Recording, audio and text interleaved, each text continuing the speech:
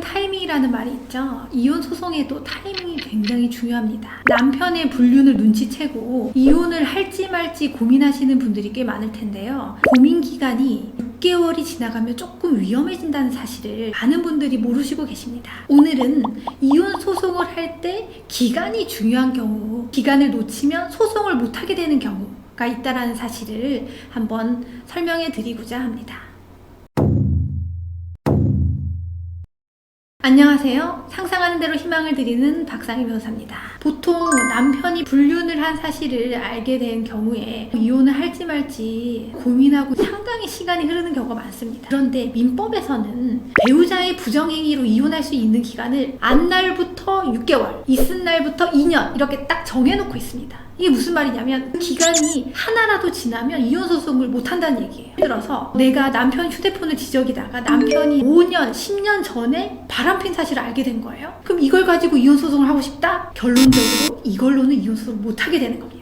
대체 이게 무슨 말이냐, 이게 대체 무슨 말이냐, 말도 안 된다, 이런 반응을 굉장히 많이 접하는데요. 우리 민법 규정을 조금 살펴보면서 말씀드리겠습니다. 저희가 민법 840조에서는 이혼 사유 6가지를 나열하고 있고, 그 다음 조항에서는 1호 사유, 부정행위, 불륜 사유로는 2년 6개월 이렇게 정하고 있는데, 그 앞을 조금 보시면 이해가 됩니다. 841조를 보면 사전 동의, 너 바람 펴도 돼 라고 혼인생활 중에 동의를 하거나, 그리고 바람을 핀 걸 알고 나서 그래 용서해 줄게 라고 사후 용서를 한 경우에는 우리가 상식적으로도 이혼소송 못하지, 이걸 가지고서 이제 와서 이혼소송 못하지 라고 이해가 명확하게 되실 거예요. 그런데 배우자의 부정행위를 안 날이 6개월이 지났다, 그리고 부정행위가 다 끝난 날로부터 2년이 지났다 라고 하면 이미 이런 부분들이 어느 정도 가정생활 내에서 다 순탄하게 지나갔다라는 가정하에 법적 안정성을 굳이 깨지 않겠다라는 입법 취지가 엿보이는데, 일반인들은 좀 받아들이기도 어렵고 실제 이런 것 때문에 소송을 못했다라는 말도 잘 못 들어보셨을 거예요. 예를 들어서 내가 남편 휴대폰을 보다가 한 5년 정도 전에 남편이 바람핀 거를 알게 된 거예요. 이미 5년이란 시간이 지났어요. 6개월, 2년 다 지나갔겠죠? 근데 내가 이걸 알고 나서부터 그동안의 배신감이 막 물밀듯이 밀려오고 더 이상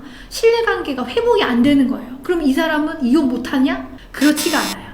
우리 법이 840조 6호 사유로 기타 중대한 사유로 혼인생활을 유지하기가 굉장히 곤란한 경우라는 사유를 추가해 놓고 있기 때문입니다. 이런 분 같은 경우에는 1호 사유가 아니라, 배우자 부정행위가 아니라 6호 사유로 이혼을 하실 수가 있습니다. 그러니까 내가 남편과의 신뢰관계가 깨졌다, 더 이상 혼인생활을 유지하기가 어렵다라고 하는 경우에는 다른 조항으로 이혼이 가능합니다.